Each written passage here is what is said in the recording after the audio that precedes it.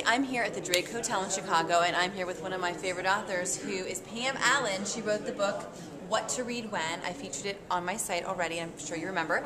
And Pam is here for the Printers Row Lit Fest. We're in the middle of the Drake, a lot of stuff's going on, but we're going to have a little chat about what Pam and her organization, Lit Life and Lit World, is up to right now. Hi, Pam. Hi, Meredith. Wow, it's great to be with you and your whole blogging world. I love it. I love your community and everything that you do. Thanks. It's so nice to finally meet you. I know, and you too, and I'm so happy to be here. And the Drake is like a wild place today because there's so much going on. Yeah, it's a lot going on. Chicago. Give us an example of some of the work you do in these schools when you go in. Well, we're asked to come in by administrators to do school change, to really look at how teachers are teaching reading and writing and to try to liven it and really refresh it and inspire it. So the heart of our work is children's literature and choice, and giving kids choice in what they read, and also really thinking about what teachers can do to elevate their practice. So we do workshops and demonstrations and things like that.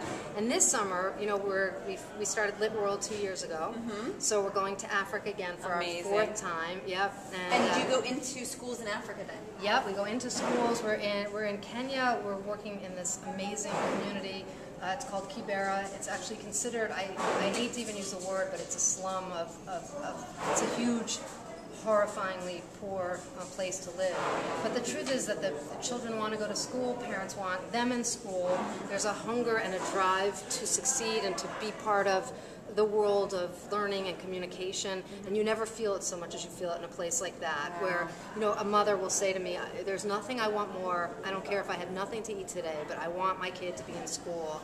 It really That's amazing. It is. So do you take a team of people with you? How many do you go on something like that? Well, to Kenya we have 4 of us are going, and then we have Liberia at the end of the summer. Wow. And we're going to do trainings for women and for mothers around literacy, and we're thinking we may have over 900 people total in the trainings. Mothers, fathers, grandparents, teachers, everybody wants to know how we can convey the power of reading and writing to our children.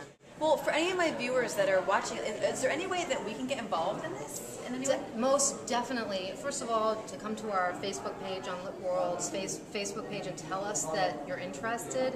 And we have World Read Aloud Day in March, as you know. Yes. We're going to do that again. We want to do it real big. That's great. So your listeners, your community, I hope you'll all participate.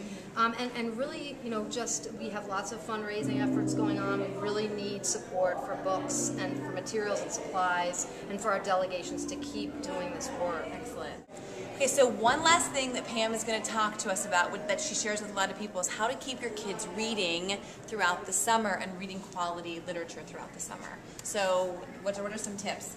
Well, first of all, I think the main thing is to make it fun, because our kids are tired, we're all tired. The end of the year is like here, and you can see everyone's a little frazzled. Yeah. And so for our kids to feel like the reading that we do in the summer, just like the way we feel about reading in the summer, you know, when we talk about beach books, or we talk about relaxation books, that can still be, you know, good to read. And I think just to make it feel like you're going to be tucking a book into your backpack or your iPad with your great uploads, whatever you use in order to read, and that it's going to feel like fun.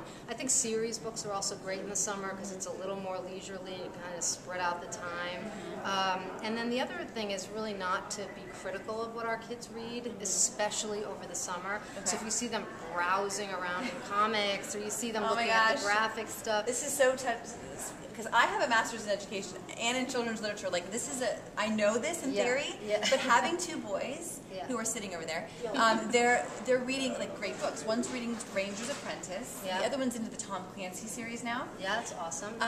But they also love like the Archie comics and the Calvin and Hobbes. And there are times when I know better, but I'll say, okay, let's move on from the comics. Let's get back to our book, like our real literature books. But I know that it is important to give them choice, and to let them read the comics and the Calvin and Hobbes. Totally, and Calvin and Hobbes is hilarious. It is, you know. But I think that the thing about it is that it's kind of like food, you know. If you put out like one thing that tastes like a dessert and another thing that's a vegetable, you say you can't have that until you have this. Suddenly that thing becomes tainted by. That's the thing my mom says I better do. But if you put them both out and say, my God, I love these, you know, the sweet tomatoes of summer. I love them so much. I think that that's true for literature too. That's a great analogy. I think that is a really good thing for all of us to remember when our kids are picking things that we don't think are good enough reading. Yes. Let go of the constraints. Say to them, I wonder what you're going to read next. I wonder how this is going to feel really good and exciting and important to you. That is great. Thank you so much for You're meeting welcome. me. Thanks for coming over.